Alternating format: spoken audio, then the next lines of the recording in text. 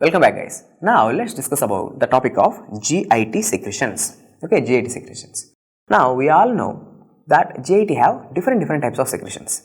Just think, starting from the mouth, we are having saliva. Okay, saliva is coming out of the mouth, and from the stomach, acid is getting produced, and from the liver, bile is getting produced, from the pancreas, pancreatic juices, and from the intestines, intestinal secretions. So different types of juices are getting produced from the GIT. Okay, how much GI secretions will be? If I am talking about the volume, how much volume of GIT secretions will be produced every day? If you see, almost 9 liters. Okay, almost 9 liters of GI secretions will be produced every day, out of which almost 99% everything is reabsorbed. Okay, everything is reabsorbed. Only a little bit. Okay, out of 9 liters, 8.8 liters is reabsorbed back into the body. Okay, yes, all the secretions are coming into the GIT. They will help in the process of digestion. After that, all the secretions will be going back into the GIT. Only a little bit, just 200 ml or 250 ml will be going out in the feces. Okay, so 9 liters of GI secretions are produced, which includes saliva, gastric secretions, that is the HCl, and pancreatic secretions, bile, and intestinal secretions. How much is getting produced? 9 liters. And how much is getting reabsorbed? 8.8 liters. Only 200 ml is lost in the feces. Okay, now let's start with our first GI secretion, that's the saliva. Now, even before discussing the saliva, first of all, let's see some important point about these GI secretions. Okay, some important points about these GI secretions.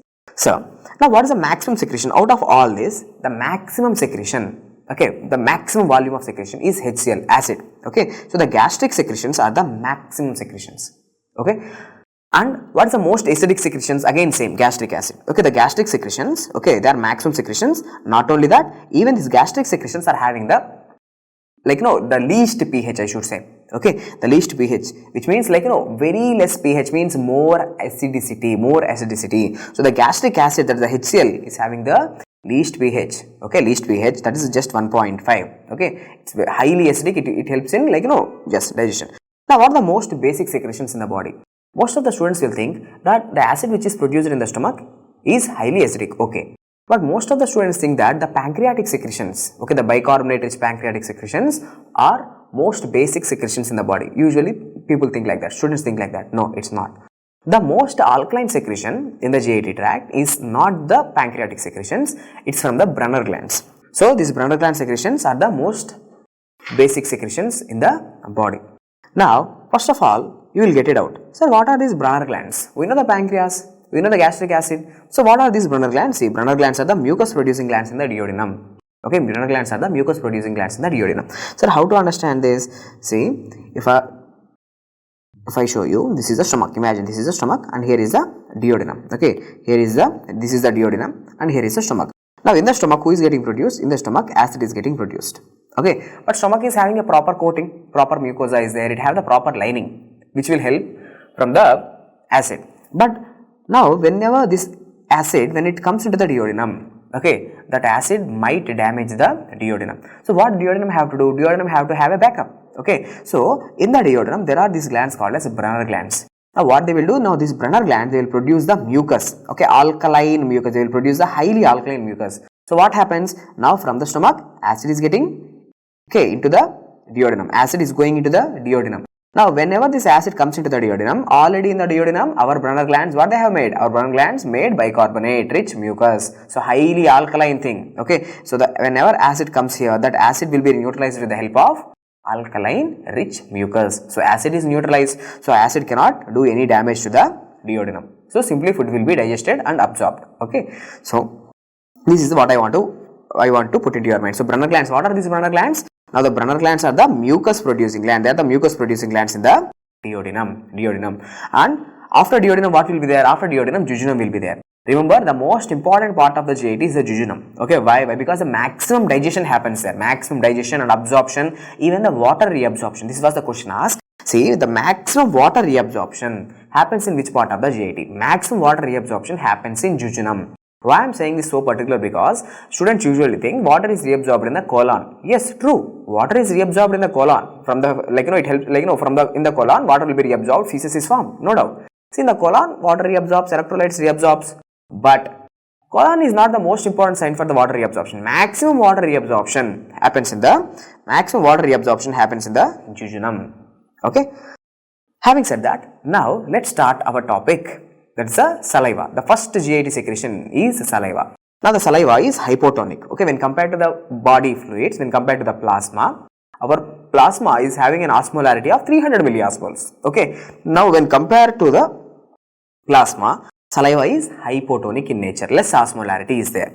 Okay, now how much saliva is produced by one person in a day? It will be somewhere around 1.5 liters, almost 1.5 liter. 1.5 liter of saliva is getting produced every day. Okay, now from where the saliva is coming? So saliva is produced from the salivary glands. Okay, saliva is produced from salivary glands. Now my question to you, what are the different types of salivary glands you know? There are different types of salivary glands like parotid salivary gland, submandibular salivary gland, sublingual salivary glands, and minor salivary glands like 𝗜𝐧𝐼𝐻𝐿𝐵𝐻 gland. Okay, different salivary glands are there, out of which the three important salivary glands are parotid, submandibular, and sublingual salivary glands. Okay, sublingual salivary glands. So major salivary gland, out of all the salivary glands, what is the major salivary gland? The major salivary gland is submandibular salivary gland. Okay, submandibular salivary gland. Why? Because 70% of the saliva, okay, 70% of the saliva is produced from the salivary gland. Okay, 70% of the saliva is coming from submandibular salivary gland. And recently, a new type of salivary glands were discovered. Okay, it's a new thing. The new salivary glands which were discovered are called as the tubarial glands. Tubarial glands are the salivary glands which were recently discovered in the human. Okay, that's good. Now question is, what is the importance of the saliva? Why the hell do we need the saliva? Okay, saliva, okay, it have lots of digestive enzymes. Okay, saliva have lot of things, also digestive enzymes. Okay, also digestive enzymes. Now which type of enzymes are present in the saliva? See, there are enzymes for carbohydrate digestion. There are enzymes for lipid digestion. So enzymes, which enzymes? 𝐻𝐿INE. See, 𝐻𝐿INE is present inside the saliva. Okay, 𝐻𝐿INE. This 𝐻𝐿INE is also called as salivary amylase. Okay, 𝐻𝐿INE, which is also called as salivary amylase. So what it is digesting? It is digesting the carbohydrates. So whenever you take food, okay, whenever you are just grinding that food in your mouth, like saliva is going to mix with the food. Now the salivary amylase, whatever is present, it will help in digestion of the carbohydrates. Almost 5% of the carbohydrates will be digested just in the saliva itself. Okay, so that saliva is going to mix with the food, and that saliva, like the food which is mixed with the saliva is going to enter into the stomach, where the saliva is trying to digest the carbohydrates. Okay, of course, when the saliva, whenever the salivary amylase, when it goes into the stomach, automatically it will be neutralized. But the point which I want you to know is that salivary amylase digest carbohydrates. The salivary amylase is also called as 𝐻𝐿INE. Okay, now in the saliva, there is also one more enzyme which is called as a lingual lipase. So in the name itself is there lipase. Lipase means it's going to digest the lipids. So who is producing this lingual lipase? Lingual lipase is produced by a gland called as 𝗜𝐻𝐼𝐻 gland. Okay, 𝗜𝐻𝐼𝐻 gland. Now you will get it out. So what is this 𝗜𝐻𝐻 gland? 𝗜𝐻𝐻 gland are the minor salivary gland. Okay, 𝗜𝐻𝐻 glands are the minor salivary glands. Okay, they are small salivary glands. There are lots of this minor salivary glands. So 𝗜𝐻𝐻 gland is also one of the minor salivary gland which will produce lingual lipase, helps in digestion of the lipids. Okay, done. Now here lipids are getting digested, no doubt. Even carbohydrates are getting digested, but in your mouth, okay, is there any enzyme for protein digestion? No, there is no protein digestive enzyme which is present in the saliva. So saliva does not have any enzyme for protein digestion. Okay, no enzymes are there for protein digestion. Okay, now after this, let's discuss about a condition which is called as a Frey syndrome. Okay, a condition which is called as a Frey syndrome. So what is this Frey syndrome? Okay, why we are discussing this? Because right now we are discussing about the salivary glands, right? Now this Frey syndrome is some problem with the, like it's actually a problem due to salivary glands. For example, now let's put it this way. Now the patient is undergoing a surgery for the parotid gland. Parotid gland is a surgery gland, salivary gland. The patient is going for the surgery to his parotid gland. Now here I want you to know some things. Normally the salivary glands, okay, salivary glands, okay, normally the salivary glands, they are receiving which supply? Sympathetic supply or parasympathetic supply? See, salivary glands are receiving both sympathetic as well as parasympathetic supply. Okay, there is both sympathetic supply, okay, let's show in red color, and it also has the parasympathetic supply. Okay, salivary glands are receiving both sympathetic fibers, okay, sympathetic fibers as well as the parasympathetic fibers. Both the fibers are coming to the salivary gland, no doubt. Okay, and remember, both sympathetic nervous system and parasympathetic nervous system, both they will increase the salivary secretion. Both increase the salivary secretion. Okay, usually students think that it's just the parasympathetic nervous system which increases the salivary secretion. No, both sympathetic as well as parasympathetic nervous system both increases the salivary secretions. Anyway, now important point which I want you to know is, in the face, not only the salivary glands are present here, okay, even sweat glands are present on the skin. On the skin surface, there are sweat glands present. Okay, so let me show you the sweat glands here. Sweat glands, okay, sweat glands. Now, the sweat glands are receiving, I should say, okay, the sweat glands are receiving sympathetic fibers or parasympathetic fibers. Remember, sympathetic nervous system is control the sweat glands. Usually in all the body, okay, everywhere in the body, parasympathetic nervous system controls the glands. Parasympathetic nervous system increases the secretions of all the glands. But when it comes to the sweat glands, there is an exception. What is that? It's the sympathetic nervous system. Sympathetic is red color, right? So sympathetic nervous system is going to control the sweat glands. Okay. But what is happening in this Frey syndrome? What is happening is simply, now the patient is undergoing a parotid surgery. The patient is going for a parotid surgery. Now after surgery, what happens is, there is inappropriate growth of the parasympathetic fibers into the sweat gland. So in this area what happens is, after the surgery to the parotid gland, now these parasympathetic fibers which are damaged, the parasympathetic fibers which are damaged during surgery, they will start to regrow. Now they are growing and now they will come and start to innervate the sweat glands. Okay, now they will start to innervate the sweat glands. Okay, so see, important point is, sympathetic nervous system is controlling the sweat glands, no doubt. So what is the sympathetic neurotransmitter which is released? The sympathetic neurotransmitter which is released on the sweat glands is acetylcholine. Okay, don't get confused, everywhere in the body it's the norepinephrine. Norepinephrine is a sympathetic neurotransmitter, but one exception is what? Sympathetic nervous system, the post-ganglionic neurons. Okay, the post-ganglionic sympathetic neurons releases acetylcholine on sweat glands. Okay, well and good. Now what is happening? In Frey syndrome, there is inappropriate regeneration of parasympathetic nerves that will come and stimulate the sweat glands. When the patient is eating. So imagine that I am the person who is having sweat syndrome, okay, Frey syndrome. What happens? Whenever I start to eat, which nervous system is dominating in my body? Parasympathetic nervous system is dominating in my body. The parasympathetic nervous system, see, now this parasympathetic nervous system, yes, it is stimulating the salivary glands, no doubt. Now the parasympathetic nerves, now they will come and start stimulating the sweat glands. Now all in this area, now I start to sweat. Whenever I try to eat, now all this area, now I am sweating. So this is called as a gustatory sweating. Okay, so facial sweating induced by eating, which is called as a gustatory sweating. Now this Frey syndrome is also called as the auriculotemporal nerve syndrome. Why? Because that's the nerve which is getting damaged and that's the nerve which is getting regenerated. So auriculotemporal nerve syndrome. Okay, facial sweating is going to be induced during eating. This is called as a gustatory sweating. Now when it is seen, now this is the condition which is seen after the parotid surgery. So you can clearly see the patient is now sweating on all this area. Okay, now why this is happening? See, this is due to damage to the autonomic innervations of salivary gland. Okay, some autonomic innervation to the salivary gland is getting damaged. Okay, the parasympathetic fibers during the surgery are damaged. Now what will happen? See, now with inappropriate regeneration of parasympathetic nerves, now that will stimulate the sweat glands overlying the skin. Okay, so this is what is happening in the Frey syndrome. Okay, we have seen one pathological integration. Now I just want to add one more point here. See, let's discuss about a syndrome called as Sjögren's syndrome. Sjögren's syndrome. So what exactly is happening in the Sjögren's syndrome? Okay, so what exactly is happening in the Sjögren's syndrome? Anyone? See, Sjögren's syndrome, it's an autoimmune disorder. It's an autoimmune. Okay, it's autoimmune disorder. Now in this Sjögren's syndrome, what actually happens? See, these autoimmune antibodies, okay, are like these autoantibodies, now they will attack, okay, they will attack two glands. One is salivary glands. Salivary glands are attacked. Not only the salivary glands as well as the lacrimal glands.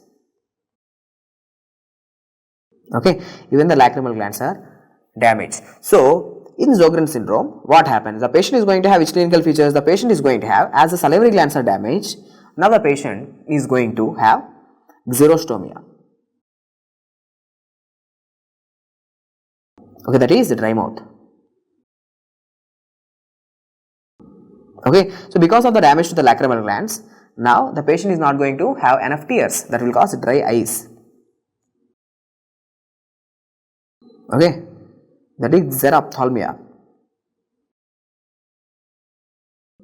Okay, so now tell me 𝐒𝐻𝐼𝐜𝐴, in any question if you find out this combination xerostomia with 𝐒𝐻𝐼𝐜𝐴, dry eyes and dry mouth are seen in which condition? It's seen in a condition called as Sjögren's syndrome. Now why we are discussing about the Sjögren's syndrome? Why? Because we are discussing about the salivary glands. Now in Sjögren's syndrome, salivary glands are damaged. Okay, autoimmune damage to the salivary glands is seen. Okay, well and good. Now let's discuss about one more condition. Okay, now let's discuss about one more condition which is called as mumps. Okay, now what is happening in mumps? There is some problem to the salivary gland, inflammation of the salivary gland. Now this mumps is because of a virus. Okay, this mumps is because of a virus which is called as paramyxovirus. Okay, paramyxovirus, it is going to come and it is going to sit in the salivary glands. It is going to come and sit in the salivary glands. Now it will cause what? It will cause inflammation of the salivary gland which is called as a parotitis.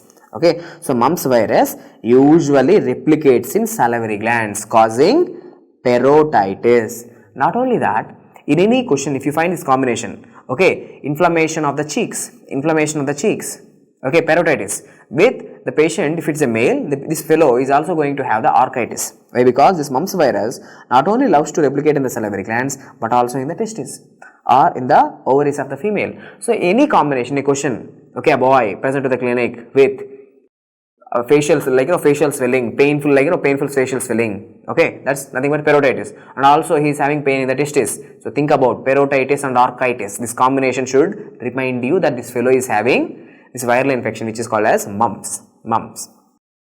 Okay, now after this, let's see what are the substances which are present in the saliva. Yes, in saliva there are enzymes present. Enzymes for carbohydrate digestion, enzymes for fat digestion are there, and no enzymes for protein digestion. We have already discussed. Not only that, saliva, it contains some antibodies which are called as IgA antibodies.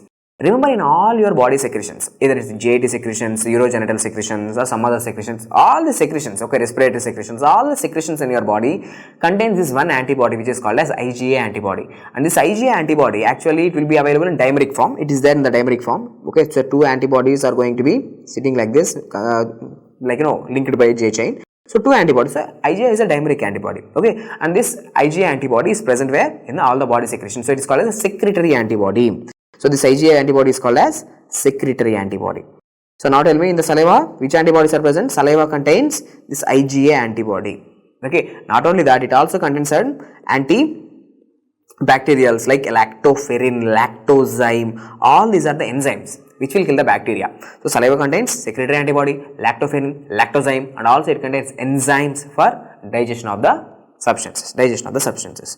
Now let's discuss about the nerve innervation of the salivary glands. Okay, nerve innervation of the salivary glands. Now I have already explained to you. Now without proper nerve supply, glands do not secrete any secretions. Okay, now let's discuss about the nerve innervation of salivary glands. Okay, see, here there is a nucleus which is called as the inferior salivary nucleus. Okay, what is the nucleus? Inferior salivary nucleus. Now from the inferior salivary nucleus, okay, see, there are fibers, preganglionic fibers are going to the 9th cranial nerve, which is the glossopharyngeal nerve. So from the inferior salivary nucleus, the preganglionic fiber, the preganglionic parasympathetic fibers, where they are going? Now this preganglionic parasympathetic fibers are going to the 9th cranial nerve. From the 9th cranial nerve, see, yes, these preganglionic fibers are going to otic ganglion. Now in the otic ganglion, these preganglionic parasympathetic fibers are terminated. See, we all know, right? 3, 7, 9, 10 cranial nerves. 3, 7, 9, 10 cranial nerves are parasympathetic nerves. Now we are discussing about the 9th cranial nerve. Now why 9th cranial nerve is called as a parasympathetic nerve? Why? Because it is controlling the parasympathetic activity. Which parasympathetic activity? Salivation. So 9th cranial nerve, it contains preganglionic fibers from the inferior salivary nucleus. From the inferior salivary nucleus, the preganglionic fibers are going through the 9th cranial nerve. Now these preganglionic fibers via 9th cranial nerves, they will go to the otic ganglion. In the otic ganglion, these preganglionic fibers are terminated. Now what happens? Now these preganglionic fibers are going to activate the postganglionic fibers. So the postganglionic fibers are originating from otic ganglion. Now from the otic ganglion, the postganglionic fibers, they will come out. See, they are coming out. Now these postganglionic fibers, they are going through the auriculotemporal nerve. See, the postganglionic fibers are coming out from the, see, imagine here is the otic ganglion. Okay, here are the otic ganglion. Okay, here is the otic ganglion. See, this is the preganglionic fiber going out. Okay, this is the preganglionic fiber not going out, coming in. This is the preganglionic fiber which is coming in over here. Now, from here, from the otic ganglion, postganglionic fibers are going to come out. Now, these postganglionic fibers, they are going, see, now here is one nerve. Okay, what is this now? This is the auriculotemporal nerve. This is the auriculotemporal nerve, which is a branch of fifth cranial nerve. So now what happens is that now these postganglionic fibers, they will jump into the auriculotemporal nerve. See, auriculotemporal nerve have many fibers. We do have many fibers. Okay, it have many sensory fibers. Now what is happening is now this motor fiber. Now this is a motor fiber, right? Why? Why? Because it is controlling the glands. Okay, it's causing the secretions. Now this postganglionic parasympathetic fibers will enter into the auriculotemporal nerve. From here, they will go to parotid gland. From there, they will go into the parotid gland. Now here is a parotid gland. Now it will go into the parotid gland. Okay, so parotid gland is getting nerve supply, and now parotid gland will start to produce the secretions. So what is the nerve supply of parotid gland? The nerve supply of the parotid gland is from the auriculotemporal nerve. Okay, auriculotemporal nerve, or I should say the postganglionic fiber, the postganglionic parasympathetic fibers are coming via the auriculotemporal nerve, and these fibers are innervating the parotid gland, helping in the secretion of the saliva. Okay. Now in the same way, now we are not only having the parotid gland, but we also have the submandibular salivary gland as well as the sublingual salivary gland. Okay, sublingual as well as submandibular salivary glands. Now what happens is, again, from the inferior salivary nucleus, now this preganglionic fibers, some of the preganglionic fibers, they will go into the seventh cranial nerve. Okay, some of the preganglionic fibers, they will go into the seventh cranial nerve, which is a facial nerve, Now this facial nerve is carrying the preganglionic parasympathetic fibers. Now these preganglionic parasympathetic fibers, now see, they are coming to which ganglion? They are coming to the submandibular ganglion. Okay, they are coming to the submandibular ganglion. So the preganglionic fibers are terminated in the submandibular ganglion. Now from the submandibular ganglion, postganglionic fibers are originated. Okay, from here the postganglionic fibers are originated. Now these postganglionic fibers from the submandibular ganglion, they will go to submandibular salivary gland. Very simple. Submandibular ganglion, submandibular salivary gland. The postganglionic fibers, they will go to submandibular salivary gland to as well as sublingual salivary gland. Okay, so this is the nerve innervation, brief information about the nerve innervation of the salivary glands. Now, let's see some important single liners which you need to know for your exam. See, saliva is the one secretion which have the maximum secretion of saliva. Okay, so into the saliva maximum potassium. Okay, into the saliva maximum potassium is being secreted. So saliva is the one secretion into which maximum potassium is being secreted. So potassium ions are maximally secreted into saliva. But if someone asks you, maximum potassium concentration is present where? Maximum potassium concentration, C for colonic secretions. Maximum potassium concentration is in the colonic secretions, but maximum potassium is secreted, yes for yes. Maximum potassium secretion is seen into saliva. Okay guys, in this video we have seen, we have started the topic with the gastrointestinal secretions, and also we have discussed the first gastrointestinal secretion, saliva. And also we have seen some important pathological correlations. Hope the video is helpful. Thank you.